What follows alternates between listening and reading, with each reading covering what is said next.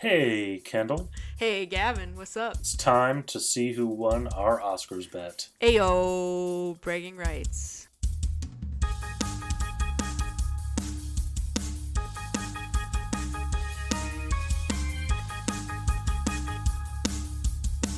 If you didn't already hear and see or know, the Oscars were just this last weekend, the most recent Sunday from when we were recording, Yep. because sometimes we are timely. Or we'll try to be.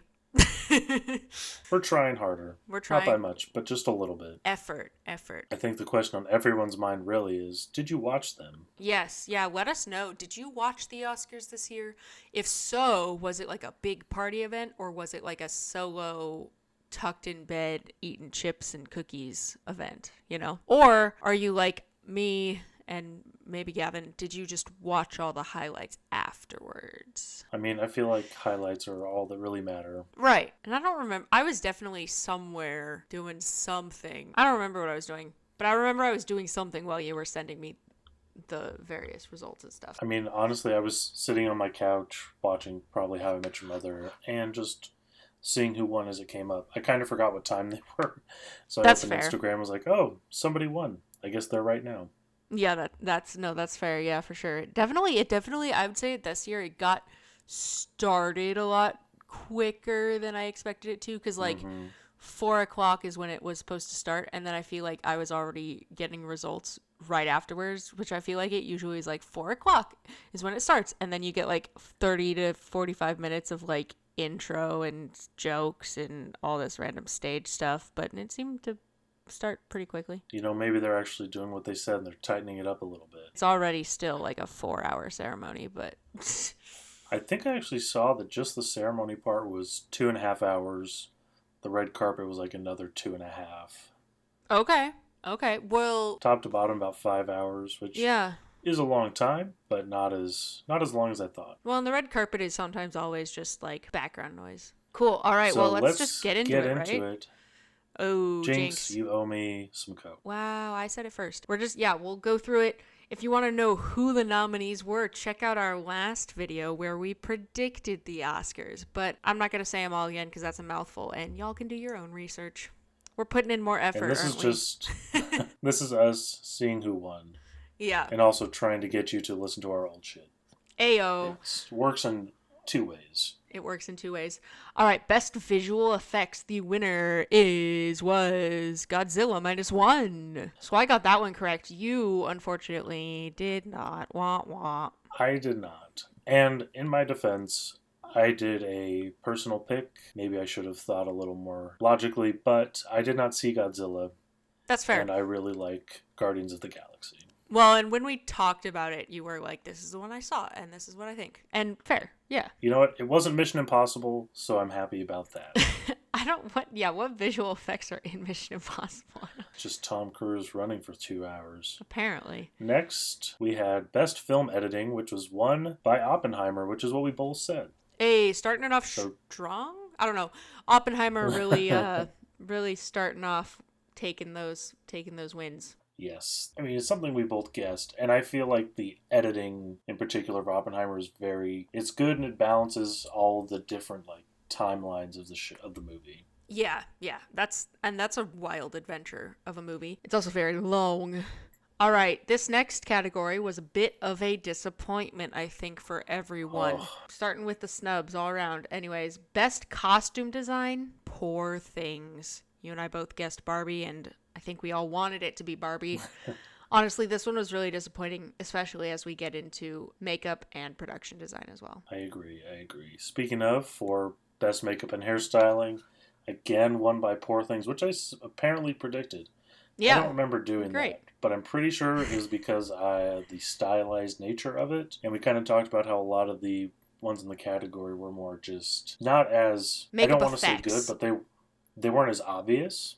Yeah. As a lot of the other ones are Poor Things was. Are like special effects for aging makeup and wound makeup, whereas Poor Things, the makeup and hairstyling was, like you were saying, stylized and not specifically recreating something. Next category, best cinematography. Oppenheimer, Ellen Mirojnik, which neither of us guessed, actually. I said Maestro, you said Flower Moon. Killers. So. Again, this is starting the trend of, I thought Killers was going to do really good. Well, and starting the trend of Oppenheimer taking quite a few wins. I mean, the cinematography in Oppenheimer is really good, so I'm not too upset about it. I feel well, and they have a very interesting black and white moments and color moments kind of thing going on, as you go through the timeline. Best production design. This was probably the biggest upset for me personally. Yeah. That went to Poor Things again. I get it's stylized, and not to take anything away from their production design, but you did not have to create a world in the way that Barbie created a world.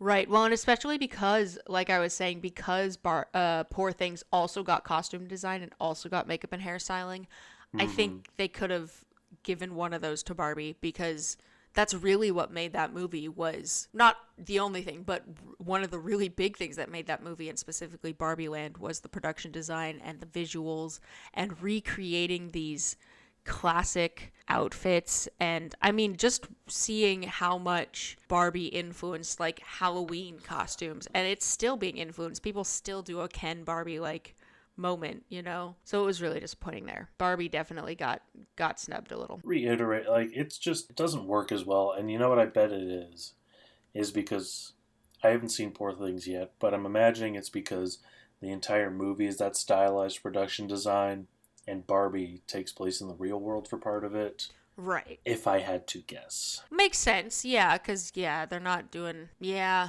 I can understand that being... But still ridiculous. Best sound, Zone of Interest, which neither of us... I have not seen Zone of Interest, so I cannot speak to it. I'm a little surprised it wasn't Oppenheimer, because Big Boom, but, You know what? To be honest, I'm kind of glad, because Big Boom. Fair. I think sound is not just by the Academy, but just the industry at large, is not being done correctly. I went and saw Argyle with Brie, and the first, 15 minutes or some big, huge chasing, it is so goddamn loud, and you can barely hear them speak. It's all those memes of people being like, I can't hear the thing because it's all so loud. You don't need it to be loud. Balance your sound properly. Exactly. And theaters are all they have the various versions of sound, and surround, and there's something plus and whatever, and all these different theaters that they like to advertise. And most movies are not created to be mixed in those areas. B, they're not created to house or have so specific of sound design like that. Like Argyle is not, it's not made for the sound design, Unlike, I would say, compared to, what's the war film that came out a few years ago with? Dunkirk? Yeah, unlike Dunkirk was... Or are you thinking of 1917? No, Dunkirk. Dunkirk was... One of the big things with that was the sound design, and I saw that one in IMAX, and the sound was so good. It was really loud. I mean, that's part of IMAX. You should go to IMAX with earplugs because it's going to be loud.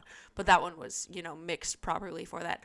Again, I think I talked about this when we did our nominations. Godzilla got cheated for not being nominated for Best Sound because the sound on that was really good, especially when you get to the Godzilla roars and the planes and everything. I was surprised or disappointed that it didn't get nominated. And I mean, again, I haven't seen Zone of Interest, so maybe it's... You know what? This will make you feel a little better. It won 100% of the awards it was nominated for. Zone of Interest? No, Godzilla. Oh, yeah. No, that's true. I'm very happy it won what it did. Yes. But now, see, it holds a record for winning 100% of the awards it got nominated for. There you go. I think it did get snubbed in the nominations, but that's fine. It's fine now. It has a better record than Zone of Interest. Oof. Best Original Song. This one was a surprise, but not a bad surprise like some of the other ones. What Was I Made For from Barbie actually won. Yeah. Which I'm not that surprised, but also a little surprised because I definitely thought this was going to be Killers for the Flower Moon and it's going to be the Wazahaze game. Aze song. It was interesting for sure. But it was not mad about it. And that's all that really matters. Yeah, exactly. I think that's all that everyone was worried about. Best original score, we have Oppenheimer by Ludwig Göransson. Again, neither of us chose that one. I think I kind of took a wild guess for that category. You also did another personal pick, which is totally fine because we love John Williams, and Dial of Destiny was great. I don't know. Again, Oppenheimer is starting to take over for the wins here. No disrespect to Ludwig Göransson. I don't think the score for Oppenheimer is the best. I don't think it's a standout of that movie, but you know what? I didn't pick it, so it wasn't up to me. Fair. Best animated short film went to War's Over, inspired by music of John and Yoko. I was surprised. Yeah. I did not think that was going to win. It is a very cute idea. I don't know if you've seen any of the trailer or scenes from it. It is a very cute, wholesome idea, and I think it's relevant to so many things that have happened in the last year in terms of wars, and not just the last year, multiple years, and countries and disagreements. And so it is a very, I think, wholesome idea of not everyone that's fighting has a choice in the matter to be fighting. Also, that's nothing new with war, unfortunately. Some of the other, 95 Senses would have been great, or Letter to a Pig, or Our Uniform. These are all also very topical, not more niche, but more underrepresented ideas that it's disappointing they still continue to not have that support. No disrespect to John and Yoko's, but I feel like that's probably part of what pushed it over, kind of the same as with our next category. The familiarity. Yeah, so it's like you see John and Yoko, oh, I know them, so it has a certain ingrained sentimental value to it. Yeah. Or ingrained, you're not taking it cold turkey. It's not like if you say John and Yoko, you know exactly who we're talking about. Yeah. And a lot of the other ones are very niche, independent, smaller short films. Yeah. Best live action short film, no surprise to all, The Wonderful Story of Henry Sugar by Wes Anderson, featuring Benedict Cumberbatch. I agree with you that this was not a surprise. But the surprise came to me, I already sent this to you, but that this is Wes Anderson's first Oscar win. Yeah, that was wild. I don't remember in what you sent. Is that what compared to his nominations? I think he's only been nominated two or three other times, if I remember correctly. I don't know what the other nominations were. I was just scrolling through Instagram and I saw as part of the message, text of the thing, it was saying this is his first win, and that was surprising just because I know how very popular he is, especially among certain former film school teachers, Melissa. I might be entirely wrong, but I believe the other ones were Budapest, Isle of Dogs, maybe Fantastic Fox, and maybe, I don't think Bottle Rocket. What's the other one? Surprisingly, yeah, I don't think he's been nominated that many times, actually. He's been nominated 16 times. Oh, okay, never mind. Redact everything I just said. Wait. Well, but how many of those are okay, hold on. Other categories? All right. Rewind. I looked it up. He's been nominated for The Royal Tenenbaums, Fantastic Mr. Fox, Moonrise Kingdom, Grand Budapest, Isle of Dogs, French Dispatch, and The Wonderful Story of Henry Sugar. He's actually had 5 Academy Award wins. Apparently that article's a fucking liar because Budapest Hotel won 4. But how many of what were the other categories that those ones won? Because Isle of Dogs I think was nominated for music. So is this this might be his first personal as a director specific kind of win. I'm looking it up because I'm mad now. I feel lied to, I feel cheated, and I feel hurt.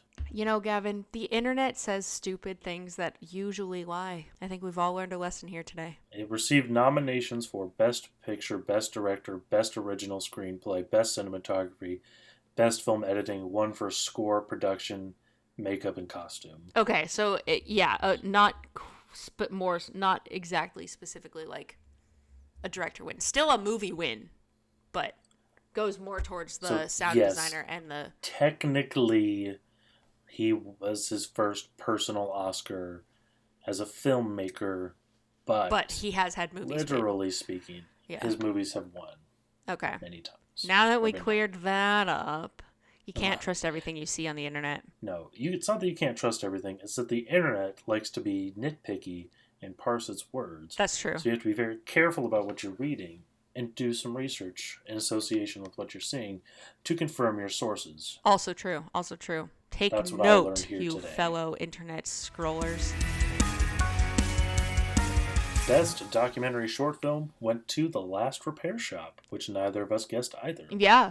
I was a little surprised only because I didn't think The Last Repair Shop was as well known, but apparently so. Not mad about it, but totally off my radar. It's category, so there's the categories we've talked about where it's like the Oscars seem a little rigged, and then there's categories like this where kind of not the dark horse, just kind of come out and win. You're like, okay, you know what? Maybe actually people are trying. Right. It definitely seems rigged movies. For like the big 4 or 6 or whatever categories. Yeah. We'll get to those ones last. But then there's all this other categories that maybe not so much. Something interesting though, which I'm glad of, and I'm hopefully going to be able to catch it, but the small theater near my parents' house is showing the Oscars shorts, which is kind of exciting. It's been a while since a theater. You mentioned that. Yeah, well, this is a different theater than what used to, although I think this theater did do it last year or the year before. But I'm going to try and catch it. Hopefully. Maybe. We'll see. Best documentary feature, 20 Days in Mariupol. Which we both guessed. I think that wasn't a surprise to anyone as well. I don't think so, simply because of its topical nature. Mm-hmm. And its, again, familiarity that everyone knows of it. I think you see it in a lot of these bigger categories. The more familiar people are with it, the more likely it is to win, which is not super surprising because the Academy is just made up of other filmmakers, essentially. Yeah. For Best International Film, went to Zone of Interest. I'm not happy that I'm right about this. I just want to make that clear. It's a little I just took an unfortunate because, stab. Again, yes, the UK is international, but again, the US devolved from the is it really? I don't know. I don't even know if it should be in the international category personally, since it's also in other I don't know. It's a little, as we've said, it should really be best foreign language film. Yeah. I think it'd be a more apt and fair category, especially because Zone of Interest got nominated for also Best Picture. I feel like you can't I say this with a grain of salt because this is going to call out a movie that has won Best Picture that I feel deserved it. But, I feel like getting nominated for Best International and Best Picture is like having 2 horses in the race. Right. But Parasite also won Best International and Best Picture, so... Which is fair, because if it was Best Foreign Language Film, then sure, there's a reason. There's no reason for it to be Best Picture as well, like Parasite. Again, there's also, if we could condense the category to Best Foreign Language Film, Academy, take note. There's just something, because the Oscars are strictly American. It takes place in the U.S. It's all about the U.S., blah, blah, blah, blah, blah, blah, blah. We have a category called Best International Film. But it takes a lot more effort, maybe unfortunately, to watch a foreign language film. You have to pay attention to, because most likely you're reading subtitles. If you're watching an international film, please don't watch it dubbed. Just watch just read the subtitles. Usually they're meant to be, they're meant to be seen in their original language. But there's just something, compared to all these other movies that are in the international film category, Zone of Interest has that taken away from it, the fact that it doesn't need language subtitles. And this is a movie I want to watch, so I think this could end up being wrong, but I feel like the other thing you get with foreign language films that you don't really get in a UK story, except for maybe in rare cases like something like Banshees of Inisherin, is there's a culture to it as well. Right. That you don't really get it. Or, a movie like Society of the Snow can really only be told in that original language by these original filmmakers, from this area because they know it and it is a part of their culture. Right. You mentioned Society of the Snow, and we do have an American adaptation of that story, and again it was made for the time, and it I've read articles where something like Society of the Snow in the time that Alive was made would not have worked as well, which is totally fair and accurate, unfortunately, but there is something specific with, I'm just going to continue using Society of the Snow as an example because I know it. I'm not fluent in Spanish, but I am fairly well versed in Spanish. I took it for many years and I've continued to practice it. And so watching the film, I don't necessarily need the captions all the time because I can understand some of the words, but just the way that the Spanish language is used, there's slang, but there's also just the way they describe things, and having it described in the original language is so much different than translating it to English, if that makes sense. Like, I mean, and that's with any language, it's not just with Spanish, but so there is something just so uniquely different to that. Best Animated Feature. No surprise to anyone, The Boy and the Heron. I was still kind of half expecting Spider-Verse to kind of pull it from behind, but I'm glad it did not, because I think Boy and the Heron deserved it more. Yeah. And I think, like you were saying with Spider-Verse, is that because it's a first-parter, it's not a complete story. And it is kind of not a repeat, but it is very it's the same style idea of the first one. We've gotten it before. And I saw an interesting video today that was kind of talking about this specific category, and it was saying, like, taking it as a complete film. Like, not even just that it's a part 1 of 2, but also that it's a sequel to a movie that's already been. Yes, the animation and the style of Spider-Verse is far more creative and inventive and by many metrics better than, say, The Boy and the Heron, but you have to take it as a complete story, and you have to take it as what it is, not what it's a part of. Right. Which I think can be hard to separate. Plus, it's Miyazaki. I know. I mean, I'm not mad that Boy and Heron won. I'm actually glad. I think if Spider-Verse won, I would have been a little disappointed. Even though I love Spider-Verse, like, you would expect us to root for it. But again, we're not going off of, we wanted to, like, there's a difference between what you want to win and what you think is going to win. And we went off of mostly what we thought was going to win rather than wanted. And also what probably should win. Yeah. I think maybe if we had watched all of these movies, we would maybe have different opinions. The day that I am able to watch every Oscar-nominated movie will be a celebratory one. It probably won't be until I'm retired and I have nothing else to do with my life. Just manifest that this podcast will get huge. We will. Someone will pay us to watch all the Oscar movies. Exactly. Honestly. And then we can just watch them all. We can go category by category.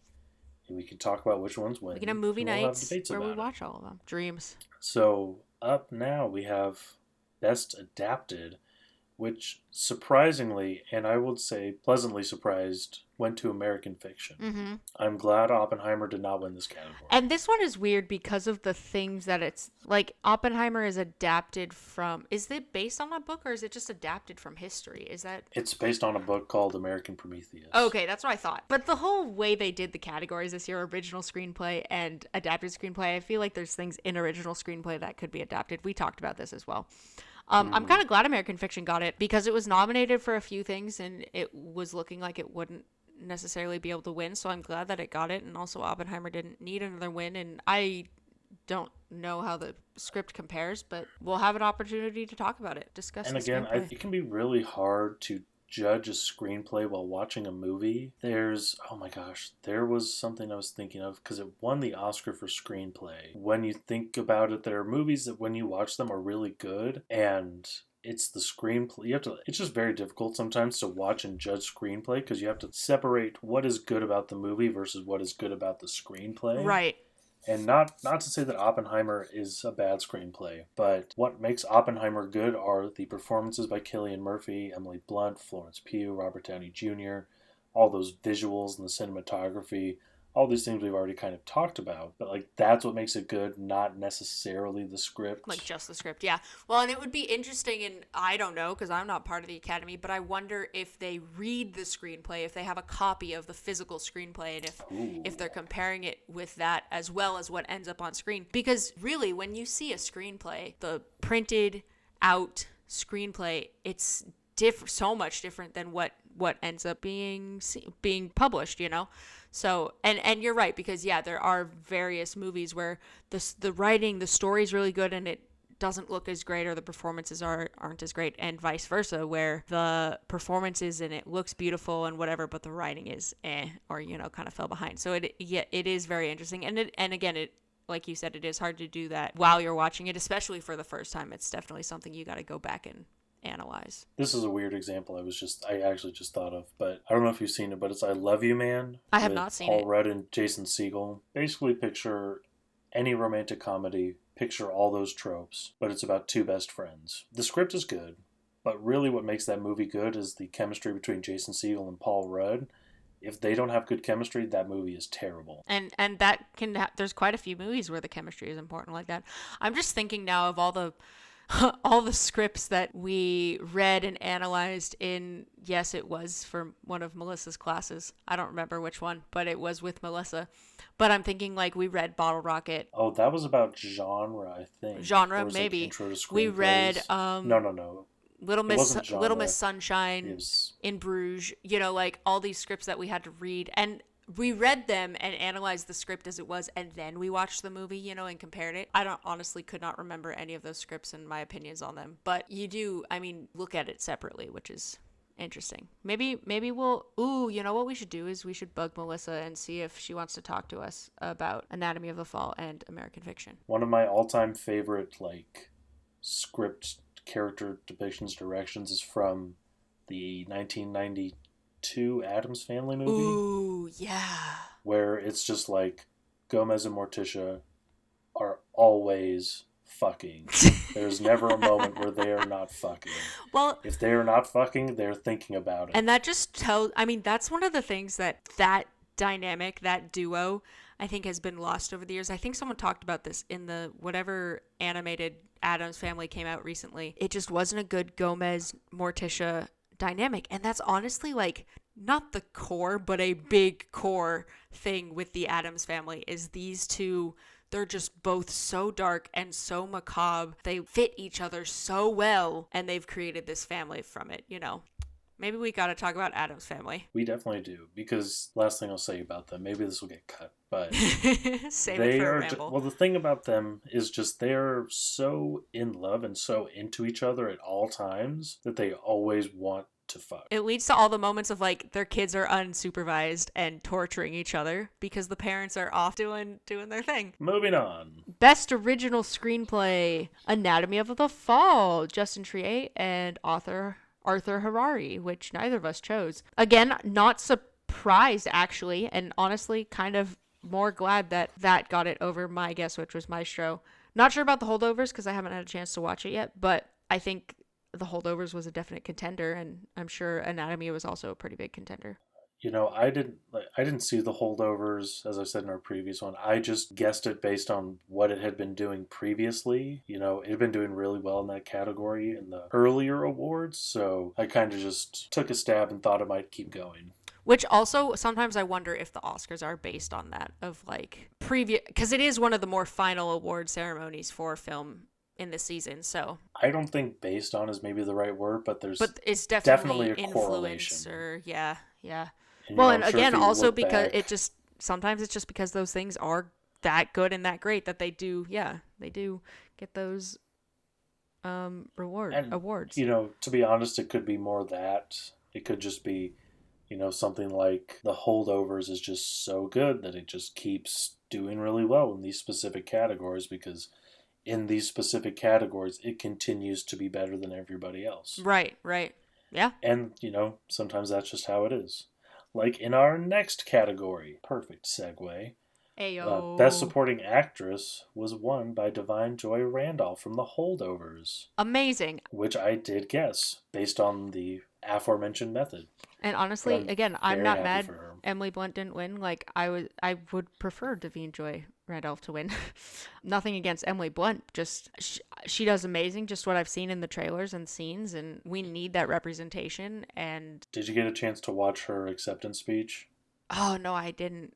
I need to go through and watch some of the speeches, yeah. Best Supporting Actor. Now, this is a big one. Robert Downey Jr. for Oppenheimer. I learned right before that is Robert Downey Jr.'s first Oscar. I was very surprised. I really thought it was going to be Mark Ruffalo or Robert De Niro. Again, not mad.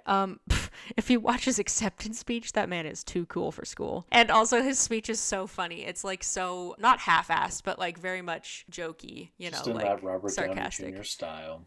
It is. It's great. I'm glad for him. He's definitely been putting in the time and the work, especially I think, him kind of retiring from Marvel, and he hasn't had a chance to really dive into more of those nitty-gritty films while being in the MCU, so I think it's great. The only one I can really think of is when he did The Judge. But when was that? That was so long ago. Was that pre-MCU? It was mid-MCU. It was mid-MCU run. Because I feel like during the MCU, he was kind of doing that thing that some superhero actors do where they do their big paycheck superhero movie so they can do their fun little niche movies, like Chris Evans. The Judge was 2014, so 10 years ago. Mid-MCU 6 for years him, post-Iron Man. but early MCU for what it's become now, because it was still just like mainly Iron Man and the Avengers. We didn't yet have Spider-Man and Guardian of the Galaxy, and they were very early, right? So before it kind of really launched off, we didn't have all the TV shows and whatnot. Though luckily, I would feel like he's sort of jumped off the ship before it started to turn into what it has now. Yeah, seriously. But that's a whole other episode to talk about. Oh, he did Sherlock Holmes too. He did, but they haven't been able to film Sherlock Holmes 3 because of the MCU, which him retiring, there's actually been rumors of it being returned to pre-pro and production because of it. I'll believe it when I see it. I really hope is going to be true, because... For Best Actress, we had, no surprise, Emma Stone from Poor Things. Again, I'm sure that run right. Sure, her performance was very good, but Lily Gladstone was literally right there. It's interesting, though, because I think the role in Poor Things is not something that we typically see Emma Stone playing. It's very straight-faced, very not kind of emotionless, because she's learning these emotions and these things compared to what we've seen her in Spider-Man why can I only think of her in Spider-Man? Anyways, she's a lot of love interests and a lot of... Are you thinking of La La Land? Oh, yeah, La La Land. Love interests and kind of emotional and flirtatious and excitable, and so I think this is a very different but interesting role for her, so that probably played into it too. Best Actor, Cillian Murphy, Oppenheimer. Not a huge surprise, in my opinion. I realized I based kind of the last 3 out of the last 4 categories off the Emmys, Golden Globes, and I was only right one time. That's okay. Paul Giamatti will get him next time. I don't think it was a surprise that Cillian Murphy won. I think... Probably would have been more surprising if he did not win. Yeah, sure. Cillian Murphy's the best, and he did really good. For Best Director, you were right and I was wrong. It was Christopher Nolan with his first Oscar director win. And again, it was really, I think for this category, it really was that versus between Scorsese and Nolan. Even though neither of them have really had a lot of Oscar wins, we discovered. Yorgos Lanthimos might have had a big contending there, especially with how Poor Things has done with winning quite a few. But I think we always knew it was going to be Oppenheimer or Scorsese. I feel like the only thing that Yorgos Lanthimos really had was just the fact that Poor Things was doing so well, less the other stuff. Best Picture, the category we've all been waiting for, not another unsurprising result. Oppenheimer won. Which you guessed. Which I guessed. And the only reason I remember you saying Poor Things is you were thinking it would kind of slide in there and do like a whole... like a La La Land situation. Not even that, just like it was going to be the dark horse of the Academy Awards. Right, which it did. I mean, it did slide in and win quite a few of those. It just didn't get Best Picture. It still got quite a bit, which is great. Especially because I think Poor Things is a little more of a niche film that is not quite as interesting to most people. Just fair. Yorgos Lanthimos, I think, is not as recognizable up against Nolan and Scorsese, if we're being honest. That is very, very true. But you know what? I stand by my picks. Totally fair. And I think while I was not right about Best Picture, I was right in the other sense that Poor Things kind of came in and won a bunch of awards that I didn't think it was going to. Like all the production awards. Didn't see that coming. Oppenheimer won the most. It won 7. Dang. Still took the... Yeah, it still slayed like we thought it would. But the biggest surprise, at least to me, in this whole thing...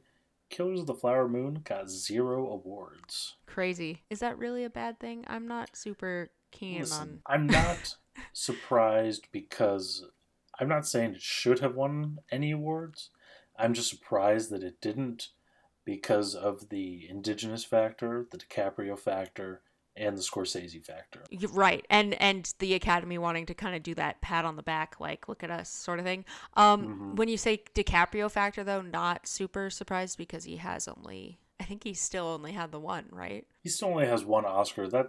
I just mean, people love Leonardo DiCaprio. No, I know, but I just remember when he finally got that one, it was like, God damn, finally. And, he got it, and now he doesn't need another one for a while. I'm overall not too disappointed with this year's results, just because I think they were fairly predictable. I think biggest snubs are just Barbie and any of those production categories, specifically production design, at least to me. And I think Zone of Interest. I think they could have shared the wealth a little bit there. I think Zone of Interest also winning international is a little bit of a cheap shot. That as well, also because I just so love and am attached to Society of the Snow, but I do think I am one of the few Americans who have seen that movie, so. I know I have. Yeah, I don't, everyone should go see it, though. It's amazing and beautiful, and, also read some of the books and look into the story, but the movie itself is so good. Final thoughts.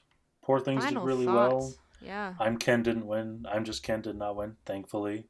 Jeez. I wish it had been Lily Gladstone. Oh, and did you see what happened with the In Memoriam? Oh, I forgot to watch the In Memoriam. So the In Memoriam, since you did not watch, so they did kind of their standard thing. They started playing music.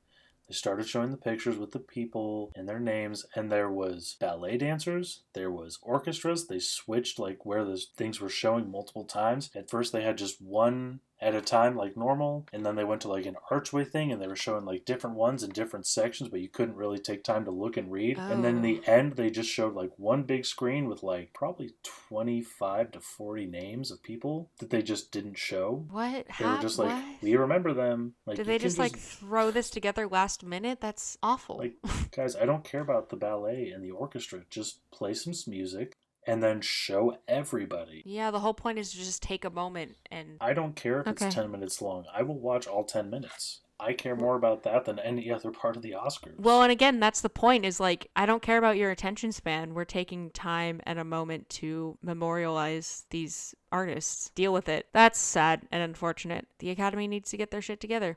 On another note, I'm just Ken. That sparkly pink suit. Ooh. That was really all I needed from that nomination, was Ryan Gosling performing at the Oscars in the way that he did. I think had it won, people would have been upset about it. Oh, to be honest, I think that performance was only received so well because it did not win. Because it didn't win. Yeah. Not that it deserved to, really.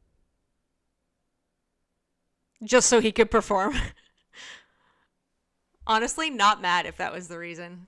Even if it wasn't nominated, though, he still could have probably performed it and no one would have. Honestly, it would have been even better. Yeah, I haven't watched a lot of clips or anything, but did you watch any clips about Jimmy Kimmel hosting? Nope. No? Okay. I just wanted to know your opinion if you did or not. I'm not super keen on him as a host in general, so.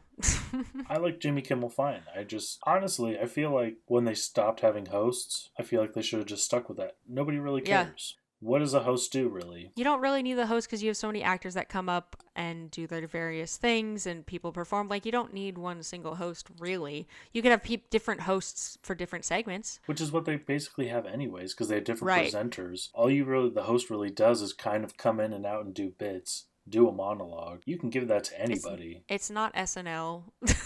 Yeah, they're not really integral. They're not announcing every category. Speaking of actors coming in and out, we have not talked about this yet. John Cena. If you know, you know, and if you don't know, look it up. All I gotta say is, I still like John Cena, no matter what. Yeah. Seems like a funny dude. So ridiculous. So, to close out, you had 10 guesses. I had 8. Yes! So you win the grand prize, which I just thought of. Next time we do this, Oscars 2025, you can have one extra guess in 5 categories. Ooh, that's pretty big. Okay. You all heard it here first, folks. Hold us to it. I get one extra guess in 5 categories. That means I get to have 2 potential nominees. It'll increase your chances for winning next time, which will make my victory all the sweeter. Oh, no.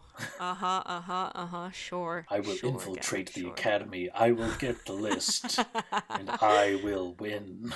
Oh my gosh. Okay, you also heard it here as well. If I go missing for any reason, it's definitely Gavin's fault. Well, if you go missing, I can't win. I can't have victory over you if you go missing. Well, you could, because then you wouldn't have a competition. Well, that's not fun. I don't want to compete against a dead person. It just seems mean. All right. 365 days from now, y'all heard it, or you will hear it. You will hear it in the future. You will hear it in the future. Anyways, happy happy Oscars season, everybody. Happy Academy Awards, happy awards season, and may the odds be ever in your favor. May the Oscs be ever in your favor. And have a bam good day. Have a bam good day, everybody.